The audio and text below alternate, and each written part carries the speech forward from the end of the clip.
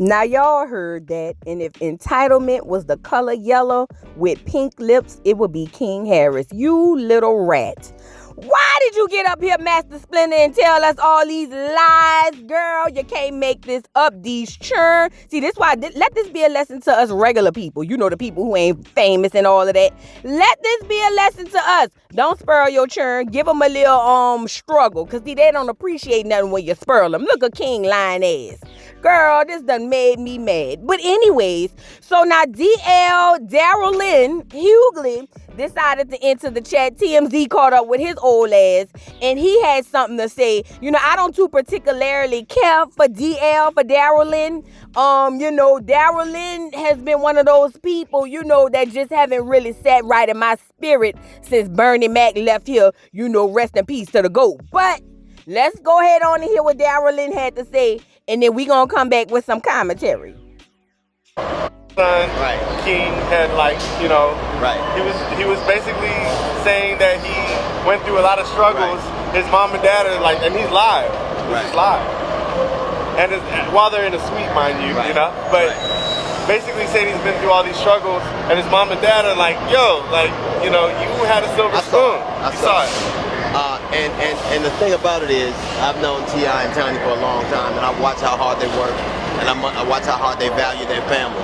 And to have somebody that you work so hard and sacrifice for to shit all over your memory and your accomplishment for clicks is insulting.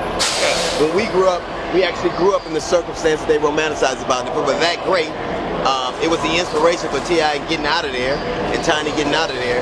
Yes, it inspired them artistically, but you don't want your children to grow up in the same stuff. No parent would want their children to have it as hard as they did. When we grew up, we were poor, but the one thing you could do, what you couldn't do, is tell a black woman that her kids were dirty or they weren't taken care of. And that's exactly what he's doing now. He's insulting the effort they put into raising him. Just for clicks. For what? For what? Right. You're only famous because he's famous. Right. You're famous, you're in that box, shitting all over his memory because he's famous. And you're doing it for what? So you can be famous. Yeah. You're famous because your daddy's famous. And most generally, this is an old ancient proverb. Famous don't usually have roaches. You grew up on a reality show. I bet I didn't see no Red or Decon in the corners. Hey, look, man. Hey, if you grew up in a reality show, here was a roach on there. It was a paid actor. Well, listen. You came up the hard way, and you got kids. How do you manage that? I'm sure your kids probably didn't talk like that, but there's probably been moments where you're like, hey, you got it good. There have been moments, obviously, when you didn't felt that they were sufficiently appreciative of what you've done for them. Right. But I think in the end, my children are much older than he is now, and I think in the end, he'll understand how silly what he's doing is. Right. Now, y'all heard Daryl Lynn, and let me just say this. He was right in what he said. Basically, King is running around talking about this, that, and the third, and King didn't experience none of that shit. His mom and dad made sure that he didn't have to experience the life of the hood. And I said this in my last video. The reason these privileged kids want to live their life is because it's glamorized all over TV, all in the music, all in the videos, all online. It's glamorized. But people in the hood want to be where they at, and they want to be where the people in the hood at. You can't make this shit up. It's kind of like reverse psychology a little bit. I don't know what's going on. But look, Daryl Lynn, you was right, but go lay down, Daryl Lynn. I don't like Daryl Lynn. Daryl Lynn, ever since he got up on stage promoting that vaccine, during the panorama and passed out, I thought the nigga was, girl, I thought we had to go make the funeral and get the repast started, girl.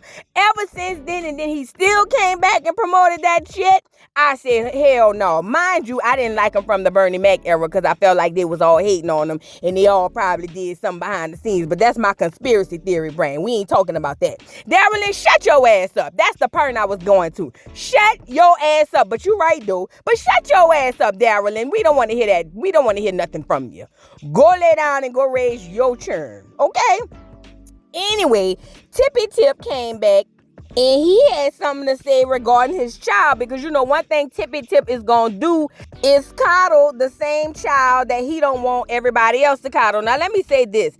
As a parent, you never turn your back on your children. And if it's my child against anybody in the world, gonna go down for it, gonna fight for it. So I understand Tippy Tip saying what he got to say, but Tippy Tip, you almost got choked out. You lucky King didn't really grow up in the hood for real, because I feel like King probably could have took your little bitty ass. Tippy Tip. Girl, let's get into what Tippy Tip had to say. So Tippy Tip from the Neighborhood Talk, it says, T.I. with a message for the one speaking on his junior. Tip said, F what this internet talking about. The H family tied like a knot. We all we got for life. I'ma ride to the heavens or the depths of hell about my junior. And ain't nothing gonna change that. Now tune in to the new episode of Goat Talk with me and my junior. Next, whatever he added him, and then he said out now on Complex. So tune in with him and Junior. Junior. He da be do be da Illuminati. Can't you tell he need love, King? Can't you tell, not King, Tip? Can't you tell King need love, nigga? Now listen, y'all was antagonizing the little highlighter. Then he got mad, said stop letting this nigga play with me, talking about you, Tippy. And then all of a sudden now, you know what I'm saying, had to go and hem him up, talking about you can't do nothing with me, boy. You can't do nothing with me, boy. You lucky King really can't fight for real, because I feel like King could have whipped your ass over there. And at this point, he should have whipped your ass. Now, I'm not being mad at Tippy Tip for taking up for his child, as he should. I would do the same, but Tip, go lay down. Go lay down before I get King some boxing lessons. So next time you try to hem him up talking about you can't do nothing with me, boy, then King could just give you a little 1-2 and cold clock your ass. Go lay down, Tippy Tip. Anyway, King also jumped into the chat and he said, I guess the people calling him for an interview, child. And for what? I mean, at this point, you be lying anyway. We don't want to talk to you, King. But look what King said. This little pig lip said 10K for an interview or I don't want to talk. And then he put 100 behind it like it's stamped and he's standing on business. Lord have mercy. Jesus be a fence and a farm. Because I don't like this shit. King, Nick, girl. Y'all not about to make me curse.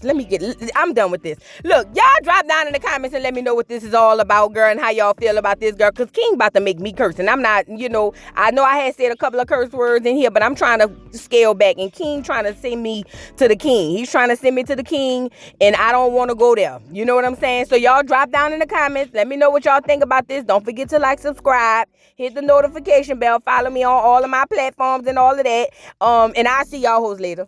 Bye. Mr. Carroll, how you give the voodoo doll time to talk? I don't get no fucking time to talk. Who the voodoo doll is? The nigga you just had up here.